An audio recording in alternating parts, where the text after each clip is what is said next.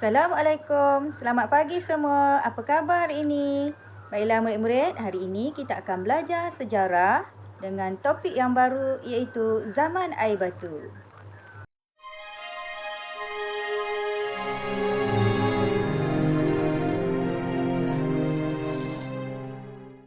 Baiklah murid-murid, pada hari ini kamu akan belajar 2.1.1 iaitu menyatakan maksud zaman air batu. 2.1.2 iaitu boleh menyenaraikan garis masa zaman air batu. 2.1.3 iaitu boleh menerangkan perubahan zaman air batu. Dan 2.1.4 iaitu boleh menerangkan perubahan zaman air batu akhir di Asia Tenggara. Zaman air batu ialah zaman di mana seluruh permukaan bumi dilitupi oleh ais yang tebal. Keadaan ini berlaku disebabkan penurunan suhu bumi yang sangat ketara. Keadaan ini berlaku dalam satu tempoh masa yang agak lama. Pernahkah kamu lihat kartun Ice Age? Bukankah di dalam kartun Ice Age tersebut terdapat kehidupan mammoth yang hidup di satu kawasan permukaan bumi yang dilitupi dengan ais yang sangat tebal? Dalam sejarah dunia, zaman air batu berlaku sebanyak 5 kali. Iaitu zaman air batu akhir telah berlaku pada kala kuarterna yang dibahagikan kepada 2 epok. Iaitu pertama, epok Pleistosen dan kedua, epok Holosen. Semasa epok Pleistosen, suhu bumi rendah dan banyak kawasan telah dilitupi oleh air batu.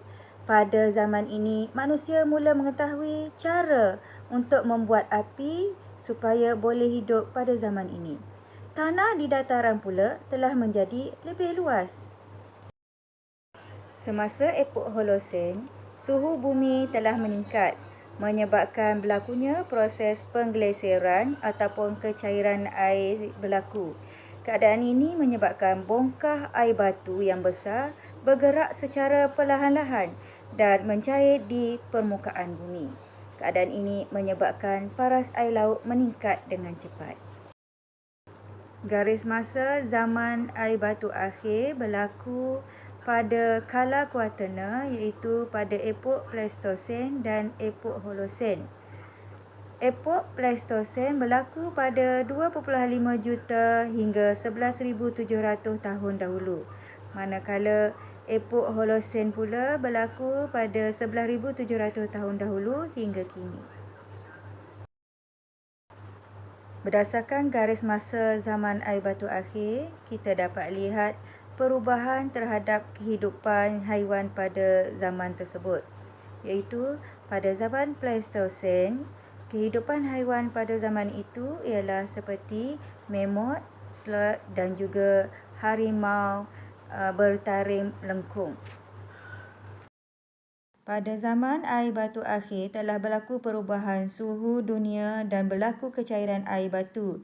Ini menyebabkan perubahan terhadap bentuk muka bumi iaitu berlakunya pembentukan tasik dan laut. Kedua, perubahan iklim suhu daripada sejuk kepada sederhana disebabkan sinaran matahari dan pemanasan bumi. Dan ketiga, bentuk fizikal bumi lautan lebih luas berbanding dengan daratan. Kesan perubahan zaman air batu akhir di Asia Tenggara. Perubahan yang berlaku pada zaman air batu akhir seperti penggelesiran, perubahan iklim dan bentuk muka bumi turut memberikan kesan di Asia Tenggara. Tahukah kamu negara-negara di Asia Tenggara? Negara-negara di Asia Tenggara terdiri daripada Malaysia, Singapura, Brunei, Filipina, Indonesia, Thailand, Laos, Kemboja, Myanmar, Timor Leste dan Vietnam.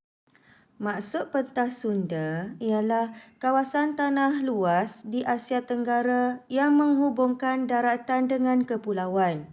Oleh itu, kedudukan pentas Sunda telah mempengaruhi bentuk muka bumi di rantau Asia Tenggara. Perubahan zaman air batu akhir turut memberi kesan terhadap Asia Tenggara. Antara kesannya ialah kenaikan paras air laut di pentas Sunda telah menyebabkan pembentukan sungai dan tasik di Asia Tenggara. Aliran air sungai telah menenggelamkan kawasan tanah rendah di sepanjang tepi pantai. Selain itu, telah berlaku pergerakan manusia dan haiwan kerana apabila berlakunya kecairan air batu, manusia dan haiwan telah bergerak ke kawasan yang lebih tinggi dan hidup secara berpindah randah dan akhirnya menetap di kawasan pertempatan yang baru. Perubahan dan kesan yang berlaku pada zaman air batu akhir di Asia Tenggara menyedarkan masyarakat akan kepentingan memelihara bumi dan menyayangi alam sekitar supaya tidak berlaku peningkatan suhu dunia. Antara langkah-langkah memelihara dan memulihara alam sekitar yang perlu kita lakukan ialah mengurangkan penggunaan plastik, mengamalkan kita semula sampah supaya manusia tidak membuang sampah sewenang-wenangnya. Ketiga, menanam semula pokok di kawasan penebangan pokok, terutamanya di kawasan pembalakan pokok. Dan keempat, tidak melakukan pembakaran hutan kerana pembakaran hutan telah menyebabkan pemanasan global. Sekian, terima kasih. Jangan lupa